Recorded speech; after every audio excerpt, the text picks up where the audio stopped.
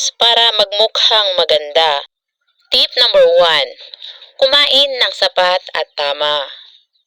Piliin ang mga pagkain na makakabuti sa iyong katawan. Iwasan ang mga hindi natural na pagkain. Hindi naman kailangan ay organic ang iyong pagkain. Pero mas maganda na natural ang iyong nilalagay sa loob ng katawan.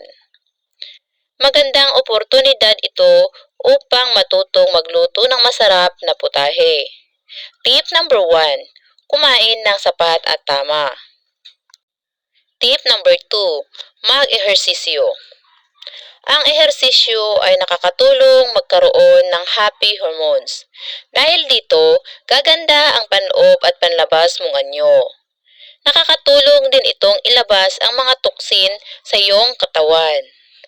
Maaari din itong maging banding activity kasama ang mga kaibigan. Tip number 2, mag-ehersisyo. Tip number 3, alagaan ang balat. Gumamit ng mga produkto na maganda sa iyong balat. Hindi kailangan na mamahalin ang mga ito.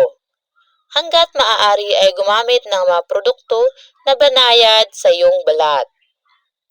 Kung maselan ang iyong balat, gumamit ng mga produkto na hypoallergenic. Ang balat ang unang-una na makikita sa ibang tao. Ingatan ito dahil ang mga magandang balat ay nagpapakitang maganda ang kondisyon ng iyong katawan. Tip number 3, alagaan ang balat.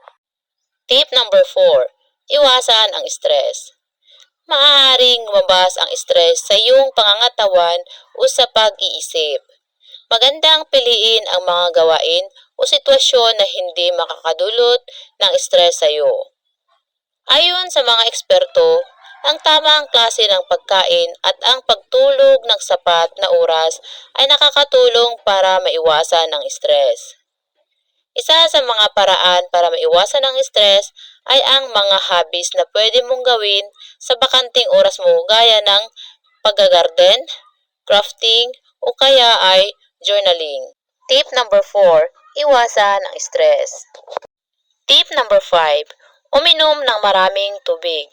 Ang pag-inom ng 8 baso ng tubig at pataas ay nakakatanggal ng toksin sa katawan. Ilalabas ng katawan mo ito sa tuwing ikaw ay iihi. Makakatulong din ito sa iba pang parte ng katawan tulad ng tiyan, dugo at puso. Tandaan na ang tubig ay nakakatulong at ikaw ay hydrated at mukhang malusog. Tip number 5, uminom ng maraming tubig. Tip number 6, maging positibo.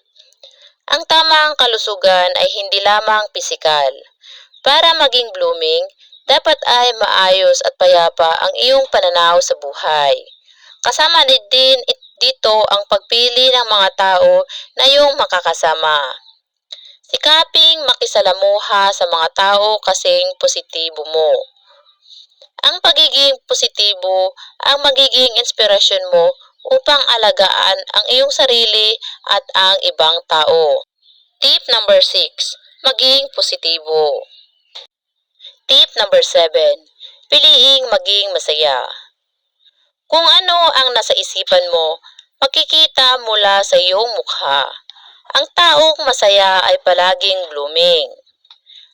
Paligiran mo ang iyong sarili ng mga tao at gawain na makapagpapasaya sa iyo upang palaging nasa sitwasyon na maayos at maganda. Ang ngiti ang pinakamabisang senyales upang makita na ang tao ay masaya. Blooming kang tingnan kung ikaw ay palaging nakangiti. Tip number 7, piliing maging masaya. Tip number 8, maging mabuti sa kapwa. Walang kapantay ang saya na nagmumula sa pakiramdam na ikaw ay nakakatulong sa iba. Ang saya na ito ay nagbibigay ng ngiti at pag-asa sa buhay. Dito nagmumula ang tunay na kasiyahan sa buhay. Ang masayang puso at malinis na konsensya ang pinakamagandang formula para lagi kang magmukhang blooming araw-araw. Tip number 8, maging mabuti sa kapwa. At ang tamang tao ay hindi lang naman sa outside mong kaanyuan ang nakikita, kundi ang panloob mo kung gaano kabuti ito. Kung maikling relasyon lang, mas itsura ang tinitignan nila. Pero kung sa pangmatagalan na relasyon, na which is yun naman ang gusto nating mga girls at boys, ay kailangan maganda rin ang ating kalooban.